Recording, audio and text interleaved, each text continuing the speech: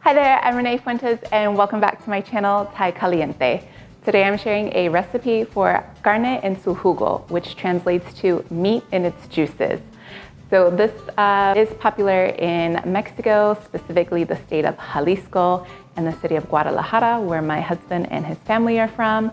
There's even restaurants where all they serve is just carne en su jugo. So it can be described as kind of in between a soup and a stew. It's basically a broth made from the pieces of beef. We're also adding some bacon and some frijoles. And it's just a really cozy, comforting dish to have, especially in the cooler months. All right, guys, let me show you how to make it. So the beef that I'm using is top round roast or eye round roast. This is about 2.5 pounds. Then we're also using 12 ounces of bacon or a full package of bacon. And to flavor the carne en su jugo, we're going to be adding some tomatillos. So with tomatillos, make sure you peel the husk. You can see they're kind of dirty, so you want to make sure you wash them really well. They also have a waxy residue on them, so clean them really good before you start using them. These are some green onions from my garden. Normally I would use like the full green onion, like with the white part, but that's how I grow my green onion. And then also some cilantro to flavor the broth. So as you see, pretty simple. So for the beef, it helps if the beef is really cold, since this is a tougher slice of meat, but we're going to be making it really small pieces so that way it breaks down a little bit easier and it's easier to chew. But essentially this is kind of the size of the meat that you want, just kind of tiny little cubes. Like I said, it helps if the beef is really cold, so that way you can slice it a little bit easier. But I'm just gonna keep going and slicing until I get all of these little chunks. So the magic of video. So now I'm going to do the same thing with my bacon. I just slice all the strips together into little pieces, and I'm just putting it into a very hot Dutch oven. You don't need to worry about it breaking apart as it cooks. It'll just kind of break down. So once the bacon is nice and crispy, go ahead and remove it with a slotted spoon and let it dry onto a paper towel lined plate.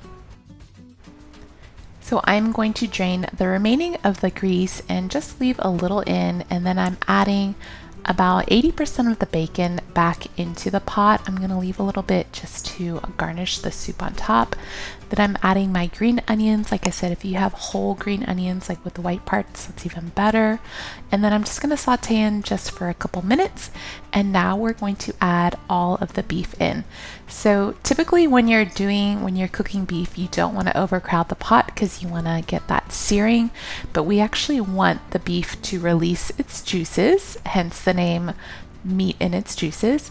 And here I just added about a tablespoon of beef bouillon. It's just a powder if you have like a paste, or you can do a cup of beef broth as well. So while the beef is cooking, I'm going to blend my tomatillos. We don't need to cook them because we are going to be boiling them in the soup. So I just added a little bit of water and some salt, and then I'm just going to blend it until a smooth sauce forms. Once the tomatillos are blended, go ahead and check back on the beef. You can see all of these, all the juices are releasing from the meat. So we're going to go ahead and add cilantro. You can just add it whole, and then we're going to remove it once the soup is done, and then all of the blended tomatillos that we just did right into the soup. So I'm going to be adding about 5 cups of water. Depending on how big your pot is or how much meat you used, go ahead and adjust it. But usually around 4 to 6 cups of water is needed.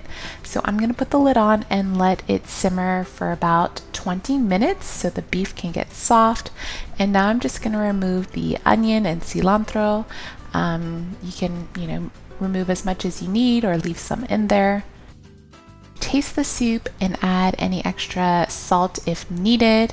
But once the soup is seasoned, we're going to add some cooked beans. These are my Peruvian beans, and garnish it with a little bit more of that crispy bacon and cilantro.